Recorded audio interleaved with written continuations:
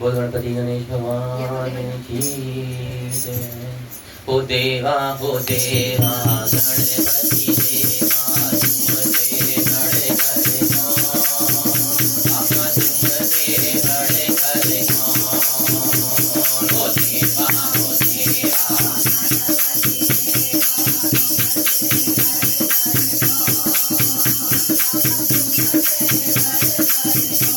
अरे और तुम्हारे भक्त जनों में हम दे बड़े करे कौन देवा हम दे बड़े करे कौन हो देवा गणपति देवा तुम दे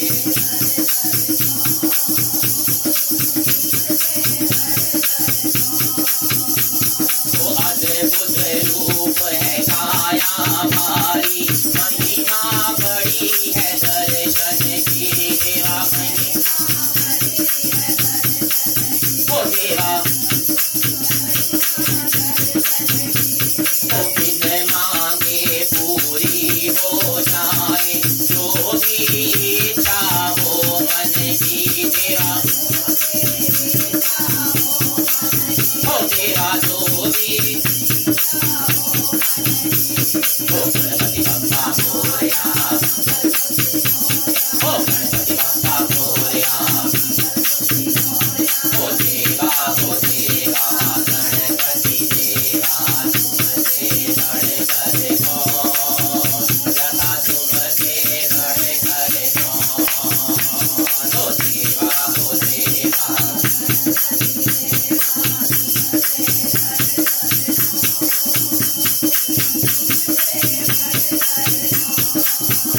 छोटी सी आशा लाया हूँ छोटे से मन में दाता मैं तो छोटे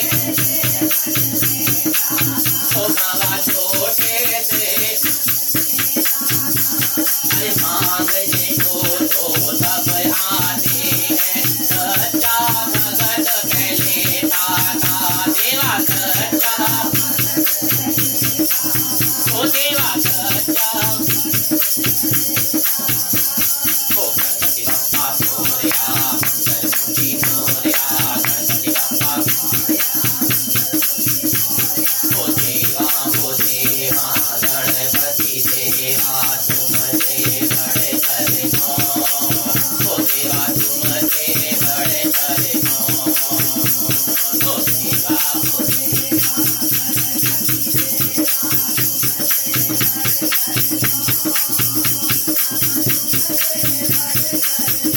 तो एक डाल के फूलों का भी अलग अलग धागा दे रहा देवा अलग अलग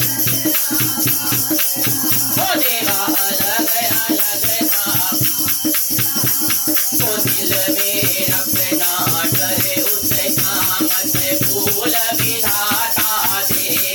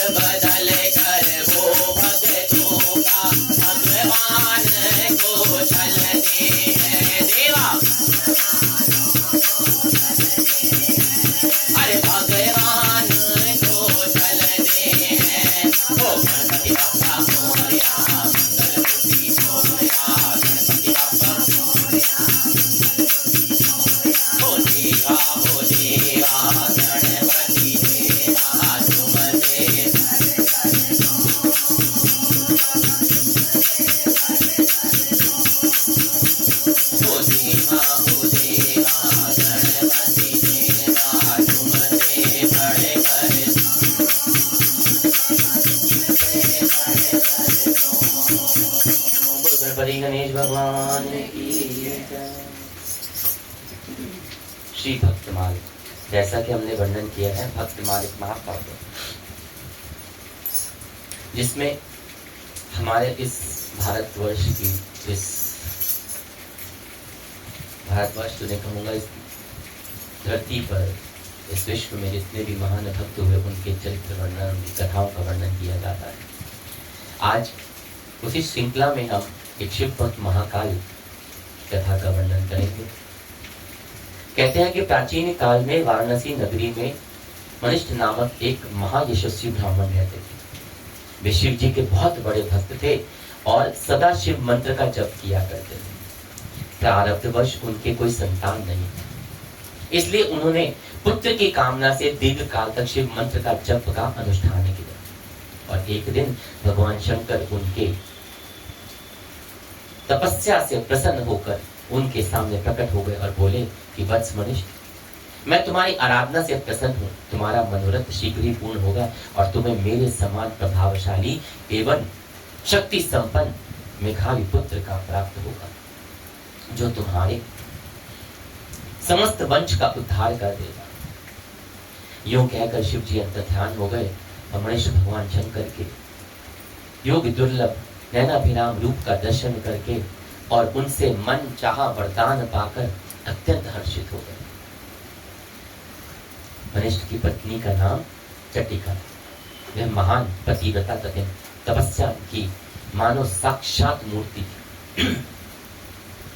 समय पाकर तपमूर्ति ब्राह्मण पत्नी गर्भवती में छिप गई। क्रमशः गर्भ बढ़ने लगा और उसके साथ साथ उस सती का तेज और भी विकसित होने लगा। किंतु पूरे 4 वर्ष व्यतीत हो गए, संतान गर्भ से बाहर ही नहीं आई। 4 वर्ष।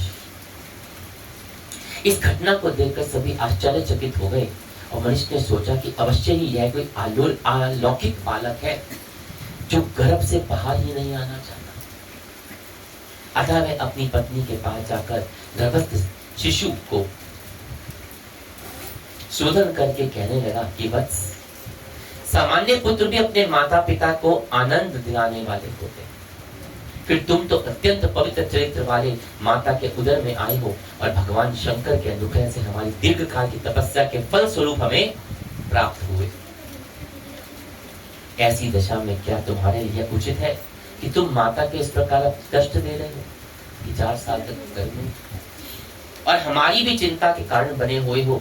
हे पुत्र, यह मनुष्य जन्म भी धर्म, अर्थ, काम और मोक्ष का एकमात्र साधन और साधक है।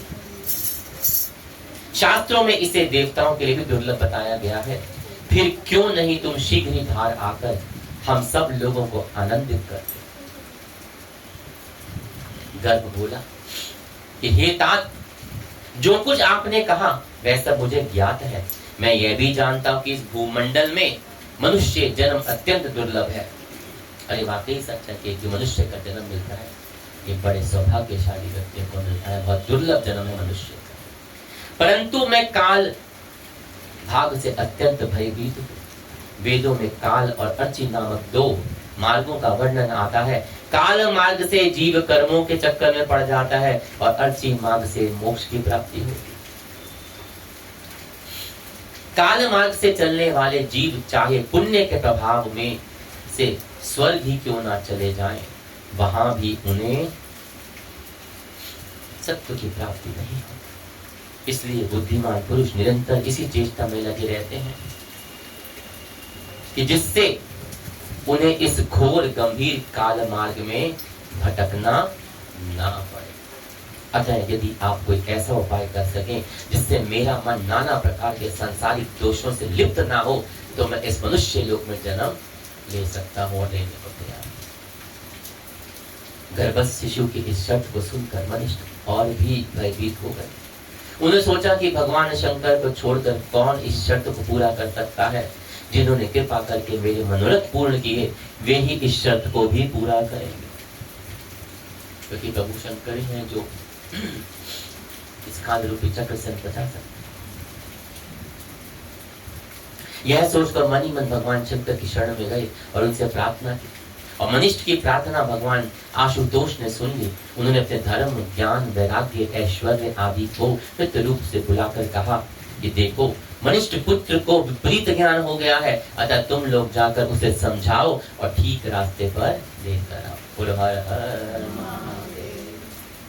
भगवान महेश्वर की आज्ञा पाकर भूतियां साकार विग्रह धारण कर गर्भस्थ शिशु के निकट गईं और उसे संबोधित करके बोली कि महामती मनिष्ठ पुत्र, तुम किस प्रकार के भय ना करो, किसी पर चिंता ना करो। भगवान शंकर की कृपा से यह हम धर्म, ज्ञान, वैराग्य और ऐश्वर्य कभी तुम्हारे मन का परित्याग नहीं करेंगे।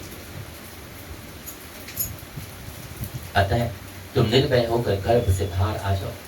यूं कहकर चारों दिव्य मूर्तियां चुप हो गईं और उनके चुप हो जाने पर अधर्म, अज्ञान, अवैराग्य और अनश्वर भी विकराल मूर्तियां धारण कर भगवान शंकर की आज्ञा से वहां उपस्थित हुए तथा मनिष्ठ पुत्र से कहने लगी कि तुम यदि हमारे भय से बाहर नहीं आते हो तो इस भय को त्याग दो। भगवान शंकर की आज्ञा से हम तुम्हारे भीतर कभी भी प्रवेश नहीं करेंगे। इस प्रकार धर्म, ज्ञान, वैराग्य और ऐश्वर्य तथा उनके विरोधी अधर्म, अज्ञान, अवैराग्य और अनैश्वर्य की आश्वासन वाणी को सुनकर बालक मनुष्य पुत्र अविलंब गर्भ से बाहर निकल आया और कांपते कांपते रुदन करने लगा। उस समय भगवान शंकर की भूतियां वश से कहा कि देखो मैं, तुम्हारा पुत्र अब भी काल मार्ग के भय से कांप रहा है और रो रहा है, अतः तुम यह पुत्र काल भीति नाम से विख्यात हो जाएगा। यूं कहकर विभूतिगण अपने स्वामी शंकर जी के पास चले गए। और ये सच बात है, भागवत जी में भी वर्णना था, जब बच्चा माँ के गर्भ में होता है तो प्रभु से यही विनती करता है कि मैं संसार में जाके कभी आपका भजन नहीं छोड़ूंगा, गलत रास्ते पर नहीं चलूंगा, तो बस मुझे इस नरक से बाहर निकाल, क्योंकि अंदर प्रविष्ठा, मूत्र, मल, खून, मज्जा सब में पड़ा रहता है। 24 घंटे प्रभु से एक ही प्रार्थना करता रहता है। और धीरे धीरे जब बड़ा होने लगता है तो जो हमारे घरों के माहौल आजकल है ना, वैसे ही हम उसको लिप्त कर देते हैं, होता नहीं से कर देते हैं। सबसे पहले झूठ तो माँ बाप बोलना सिखाते हैं, कोई आया बोल दे मैं घर पे नहीं। तो झूठ की शिक्षा भी माँ बाप ही दे रहे हैं आजकल। और फिर वही बच्चा जब आगे झूठ बोलता है ना तो फिर कल्पना होती है, अरे भाई नींव तो आप ही ने रखी। बालक काल भी शुक्ल पक्ष के चंद्रमा की भांति क्रमशः पढ़ने लगा और पिता की क्रमशः उसके उपनयन संस्कार किए। सारे संस्कार उपनयन उसके पाशुपत्र वस्त्र से परिविक्त करके शिव पंचाक्षर मंत्र ओम नमः शिवाय की उसको दीक्षा दी। काल भी अपने पिता के समान ही पंचाक्षर मंत्र में परायण हो गए और उन्होंने तीर्थ यात्रा के प्रसंग से विविध रुद्र क्षेत्र में भ्रमण किया और घूमते घूमते स्तंभ तीर्थ नामक क्षेत्र में जा पहुंचे, जहाँ का प्रभाव उन्होंने लोगों से पहले ही सुन रखा था। वहां उन्होंने घोर तपस्या करते हुए एकाग्र मन से रुद्र मंत्र का जप करने लगे और उन्होंने यह नियम ले लिया कि 100 वर्ष तक भोजन को तो कौन कहे, जल की एक बूंद भी ग्रहण नहीं करें। कितने वर्षों तक? 100 वर्ष।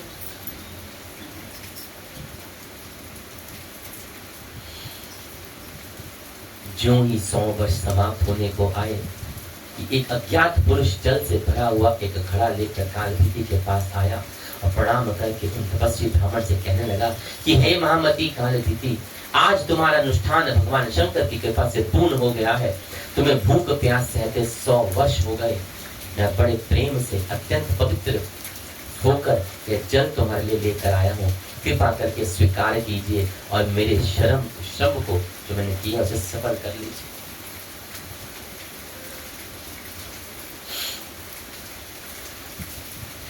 कालभीति ने वास्तव में प्यास तो बहुत सता रही, अंजलि भर पानी के लिए उनके प्राण छटपटा रहे थे, परंतु सहसा एक अपरिचित व्यक्ति के द्वारा लाया हुआ जल ग्रहण करना उन्हें उचित नहीं लगा। कितना भी मर रहे, प्राण निकलने को हो रहे, लेकिन एक अपरिचित अज्ञात व्यक्ति द्वारा जल लाया, ग्रहण करना उन्हें सही नहीं लगा। विषम का पूर्ण नेत्रों से उस आगंतुक पुरुष की ओर देखते हुए बोले, आप कौन है, आपकी जाति क्या है, आपका आचार कैसा है, कृपा करके मुझे यह बता। जैसा खाए अन्न वैसा हो गए मन, जैसा पिए पानी वैसे हुए वाणी। तभी कहते हैं ना, रस्सी बड़े शुद्ध होके करनी चाहिए। कौन आपको दे रहे हो, बड़ा फर्क पड़ जाता है। कैसी कमाई से खा रहे हो, याद नहीं करते, उस कमाई का बहुत फर्क पड़ता है हमारे आचरण सोच पे, हमारे घर में, हमारे विचार। कि आपकी जाति क्या, आचार कैसा है, वो सब बताइए। आपकी जाति और आचार का ज्ञान लेने के बाद ही मैं आपके लाए हुए जल को ग्रहण कर सकता हूं।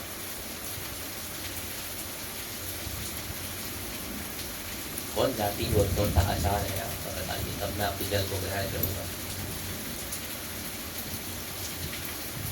इस पर अपरिचित व्यक्ति बोला, तपोधन मेरे माता पिता इस लोक में है या नहीं, इसका भी मुझे पता नहीं है। उनके विषय में मैं कुछ नहीं जानता। मैं सदा इसी ढंग से रहता हूँ। आचार अथवा धर्म से मेरा कोई प्रयोजन नहीं, अतः आचार की बात मैं क्या कह सकता हूँ। सच में पूछिए तो मैं किसी आचार विचार का पालन तो करता ही नहीं।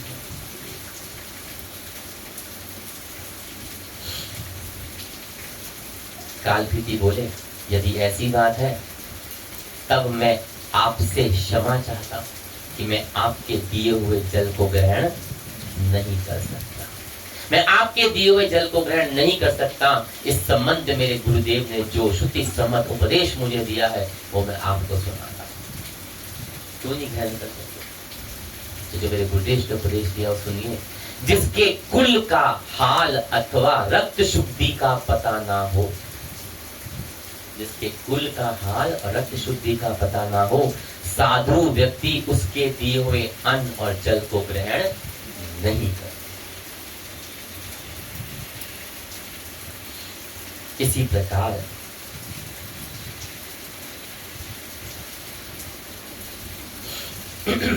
जो व्यक्ति भगवान के संबंध में कुछ भी ज्ञान नहीं रखता और ना उनकी भक्ति करता, शब्दों पे ध्यान दो।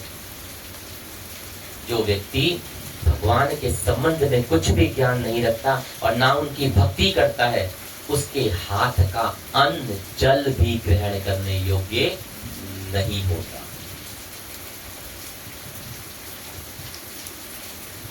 भगवान को अर्पण किए बिना जो व्यक्ति भोजन कर लेता है उससे बड़ा पाप लगता है।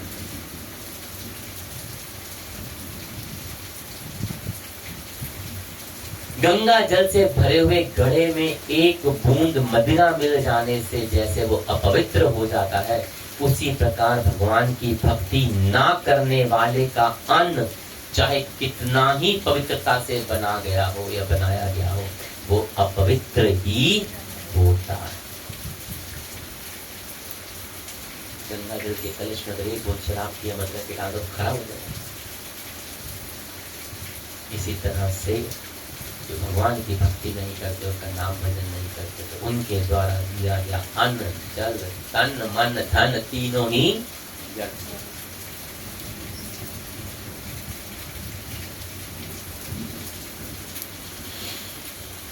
परंतु यदि कोई मनुष्य शिव भक्त भी हो परंतु उसकी जाति और आचार भ्रष्ट है, तो भी उसका अन्न नहीं खाया जाता।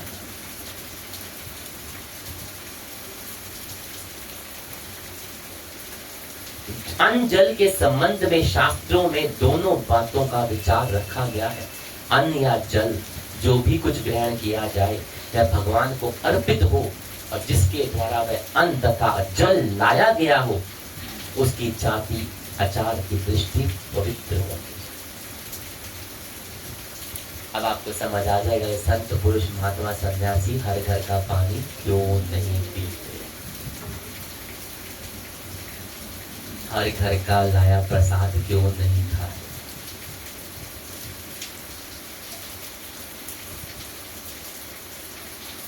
तो शंकर भगवान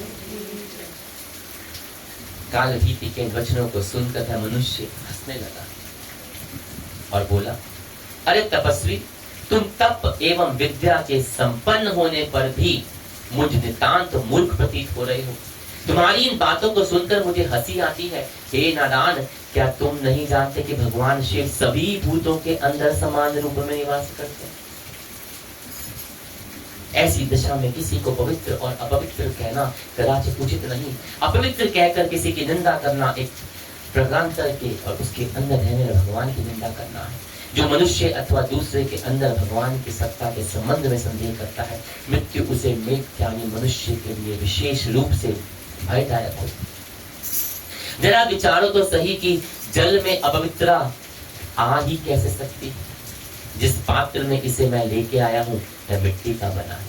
मिट्टी भी ऐसी वैसी नहीं, किंतु आवे की आग में भली भांति तपाई गई मिट्टी और फिर वह जल के द्वारा शुद्ध हो चुकी है। मुक्ति का, जल और अग्नि का, इनमें से कौन सी वस्तु अपवित्र है? मिट्टी का, जल और अग्नि, इनको सदा ही पवित्र माना जाता है। यदि कहो कि हमारे सत्संग से यह जल अपवित्र हो गया, तो यह कहना भी ठीक नहीं, क्योंकि तुम और हम दोनों एक ही मिट्टी से ही तो बने हैं और वो मिट्टी ही सदा रहेंगी।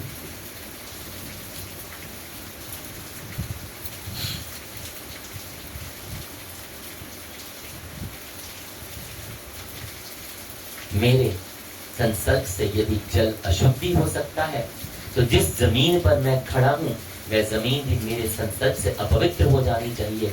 तब तुम्हें भूमि छोड़कर आकाश में विचरण करना चाहिए। इन सब बातों पर विचार करने से तुम्हारी उक्ति मुझे नितांत मुक्तापूर्ण प्रतीत होती।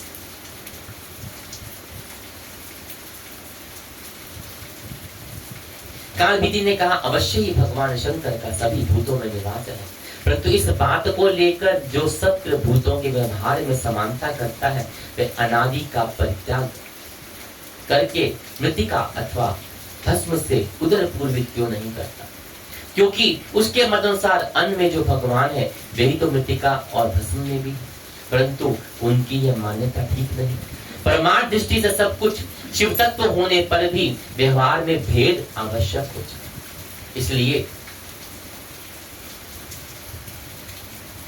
शास्त्र में नाना प्रकार की शुद्धि के विधान पाए जाते हैं और उन्हें फल भी अलग अलग विदित होंगे। शास्त्र में की आज्ञा के विरुद्ध आचरण करना कदापि उचित नहीं। जो शास्त्र भगवान शिव की मता सर्वत्र बतलाते हैं वे ही व्यवहार में भेद का विधान करते हैं। शास्त्र एक बात तो मानी जाए और दूसरी ना मानी जाए, यह कहाँ तक उचित है? दोनों ही बातें अपनी अपनी दृष्टि से ठीक है और दोनों ही परस्पर सत्य गति भी करती है। जो आप कह रहे हैं वो भी मैं मानता हूँ सत्य है, लेकिन जो मैं शास्त्र सम्मत कह रहा हूँ वो भी सत्य है। श्रुति कहती है कि बाहर भीतर की पवित्रता रखो। इस बात को इतिहास पुराने शब्दों में कहते हैं, यदि परलोक में सुखी रहना चाहते हो और कष्टों से बचना चाहते हो तो शौचाचार का पालन करो। पृथ्वी पर रहने वाले व्यक्तियों के लिए शौचाचार पालन अवश्य कर्तव्य है। ऐसी दशा में यदि आप श्रुतियों की अवहेलना करके सब कुछ शिवमय है तो यह कहकर व्यवहार के भेद मिटाना चाहते हो, तो फिर यह बताइए कि क्या श्रुति पुराण आदि शास्त्र व्यर्थ ही नहीं हो जाएंगे? आप जो यह कहते हैं कि भगवान शिव सब भूतों में स्थित है, यह ठीक है, शिव सर्वत्र है, यह बात अक्षर में सत्य है। फिर भी व्यक्ति भेद में उनकी सत्ता में भी भेद कहा जा सकता है। इसके लिए मैं आपको एक दृष्टांत देता हूं। यद्यपि सभी सोने के गहने स्वर्ण नाम के एक धातु से बने होते, सोने गहने स्वर्ण धातु होते हैं, तब भी सोना एक ही दाम का अथवा एक ही कीमत का तो नहीं होता। सारे जो जेवर है वो एक ही सोने से बने होते हैं धातु से, लेकिन सबकी कीमत तो अलग अलग होता है। उनमें से एक का सोना एकदम शुद्ध तत्सली होता है और दूसरे उसकी अपेक्षा कुछ नीचे दर्जे का होता है, और तीसरा तो और भी हो जाता है 22 कैरेट, 18 कैरेट, 14 कैरेट है, तो सब सोना अशुद्धि तो मिलती है। परंतु यह तो मानना ही पड़ेगा कि सभी स्वर्ण के गहनों में सोना मौजूद है। खोट तो सब में, क्वालिटी का फर्क है ना, लेकिन सोना सब में है कि नहीं? गोल्ड ही तो है ना, चाहे 24 कैरेट लो, चाहे 22 कैरेट लो, चाहे 18 कैरेट लो, चाहे 14 कैरेट लो, अब तो 12 कैरेट भी आ गया सोना मार्केट में।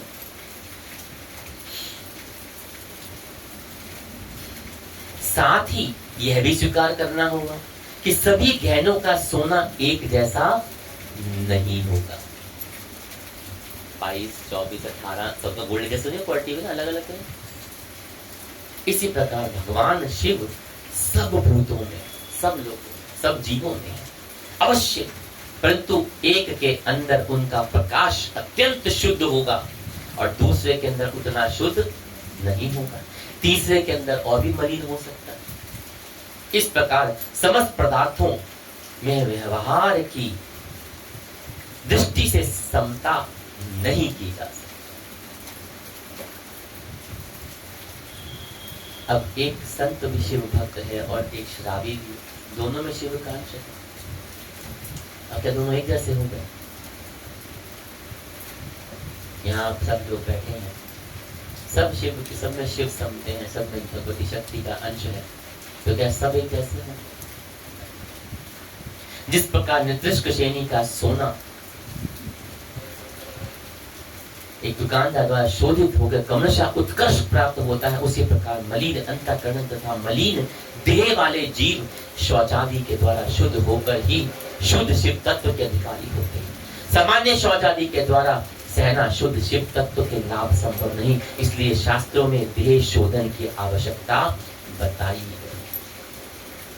देह शोधित होने पर ये देही स्वर्ग आदि कुछ लोगों को प्राप्त होता है। इस प्रकार जो बुद्धिमान पुरुष देह शोधन की इच्छा रखते हैं, वे चाहे किसी व्यक्ति से अन्न जल नहीं ग्रहण करते। उसके विपरीत जो लोग शोकाचार का विचार ना करके जिसका अन्न जल ग्रहण कर लेते हैं, पवित्र आचरण वाले होने पर भी कुछ समय तक तम गुण के आच्छादित होकर शुद्ध हो जाते हैं। इसलिए मैं आपका ये जल ग्रहण नहीं कर सकता, इसके लिए मुझे क्षमा कर दीजिए।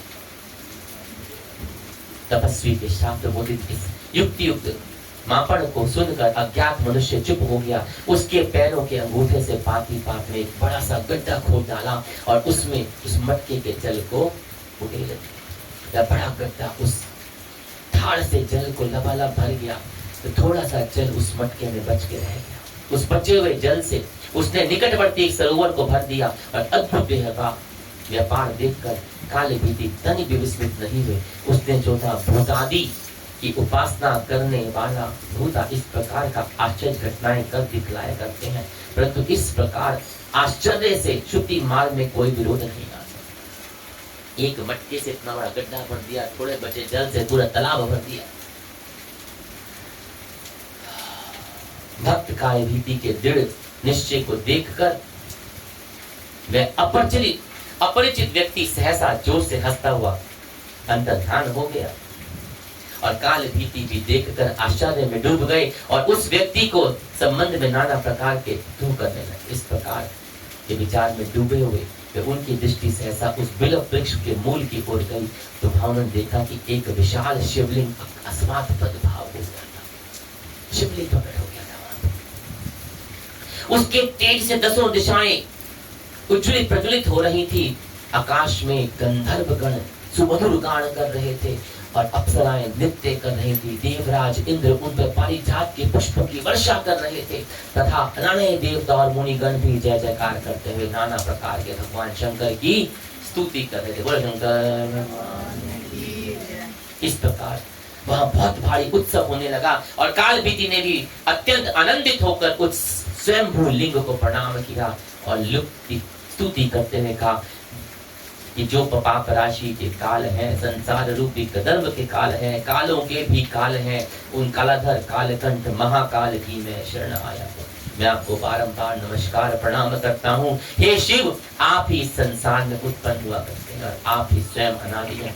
जहां जहां जिस जिस योनि में मैं जन्म लेता हूं, वहां वहां आप मेरे ऊपर करुणा की निरंतर वर्षा करते हैं। हे ईश्वर, जो संसार में विरक्त होकर आपके षडाक्षर मंत्र का जप करते हैं, आप उन समस्त मुनि जनों पर बहुत जल्दी प्रसन्न हो जाते हैं। हे प्रभु, मैं उसी ओम नमः शिवाय षडाक्षर मंत्र का निरंतर जप करता रहूं।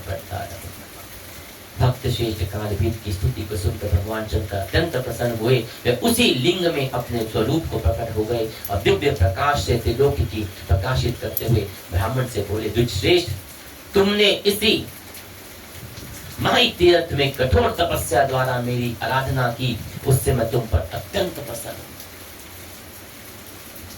अब तुम मेरी कृपा से काल भी तुम्हारे ऊपर कोई प्रभाव नहीं डाल सकेगा।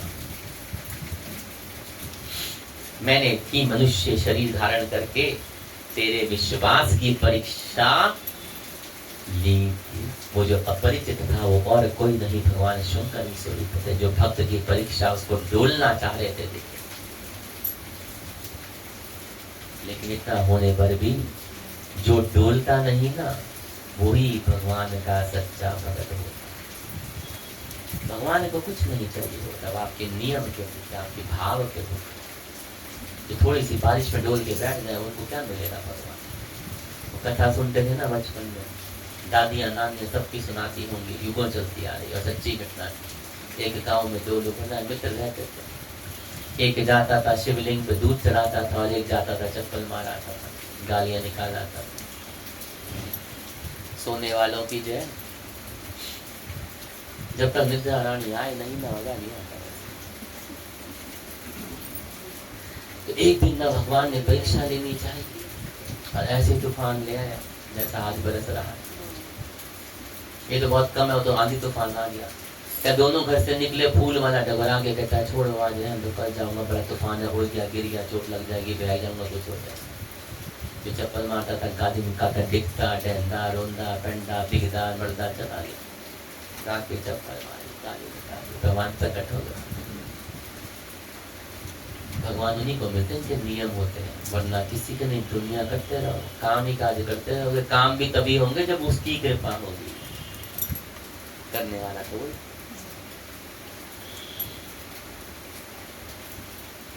कहते प्रभु आप मुझे दर्शन दे, कहते हैं मांग ले कुछ। कहते हैं मैं क्या मांगू, मैं तो आपको जूते मारता हूँ, गालियां निकालता हूँ। कहते तुम चाहे गालियां निकालता, नियम तो बहुत पक्का, फूल चालू तो आएगा आज।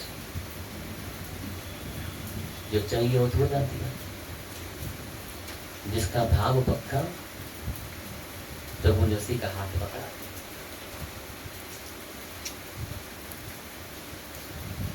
मौसम तुमको बहुत मां, तुम सम हमको ना।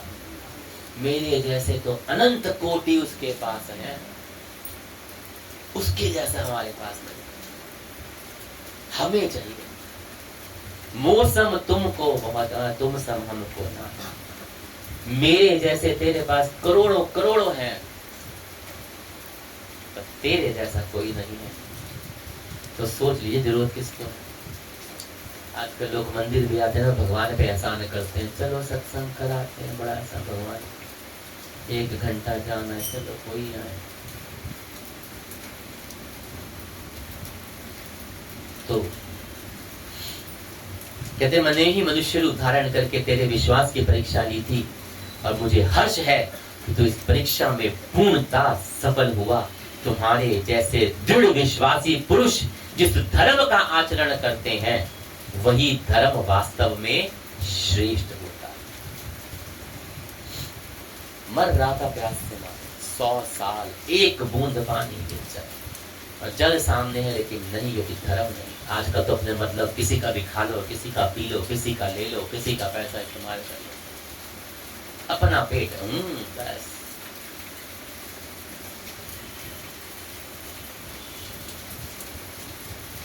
मैं तुम्हारे लिए जो जल लाया था वह समस्त तीर्थों का जल था और अत्यंत पवित्र है।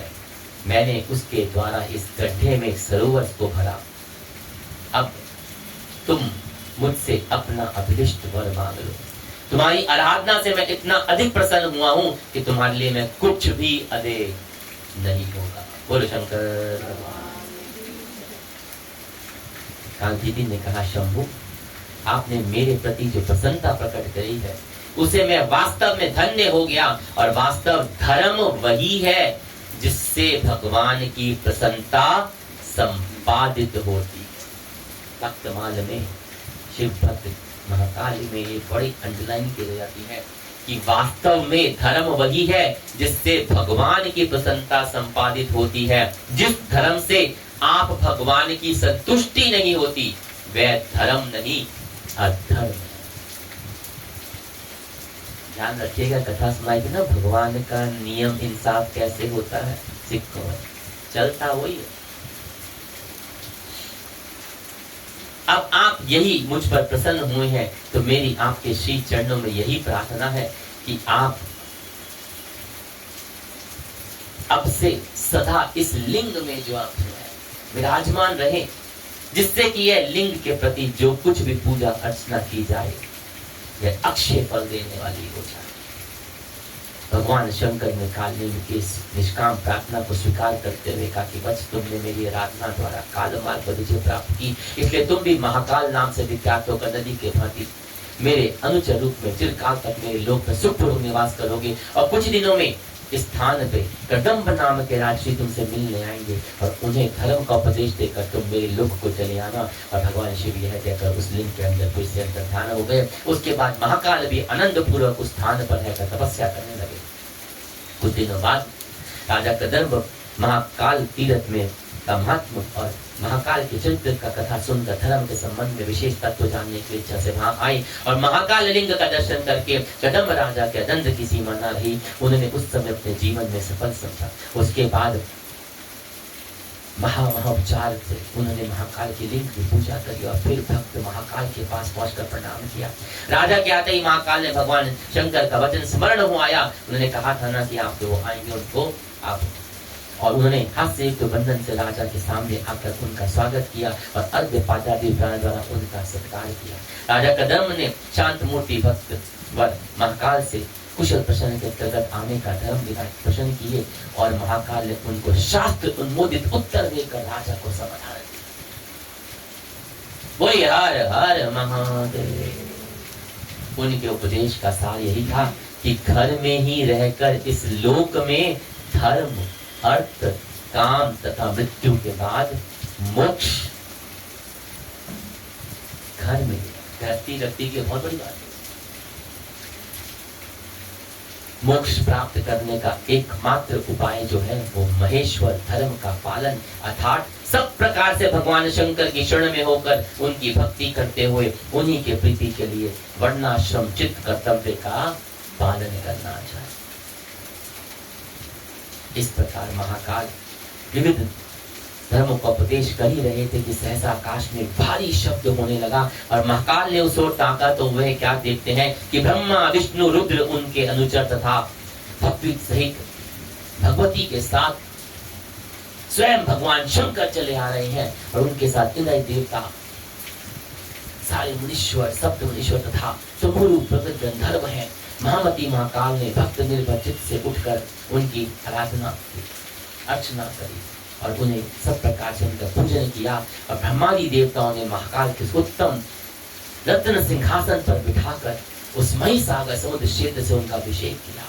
देवी भगवती ने महाकाल को वात्सल्य भाव से आलिंगन कर अपनी गोद में बिठाया, पुत्र वत्र मानकर उनको पुत्र वत्र प्यार समर्पण किया और बोली कि शिव भक्त प्राण वत्स, ये ब्रह्म जब तक रहेगा, जब तक ये ब्रह्मांड रहेगा तब तक तुम शिव भक्ति के प्रभाव से शिव लोक में ही निवास करोगे। बोले हर हर महादेव। उस ब्रह्मा विष्णु बल देकर साधु साधु कहकर महाकाल की प्रशंसा पर स्तुति करने लगे और चरण लोग उनका गुणगान करने लगे और गंधर्व लोग मनोहर गाने से उनकी प्रशंसा करने लगे, प्रसन्न करने लगे, उनको आनंदित करने लगे।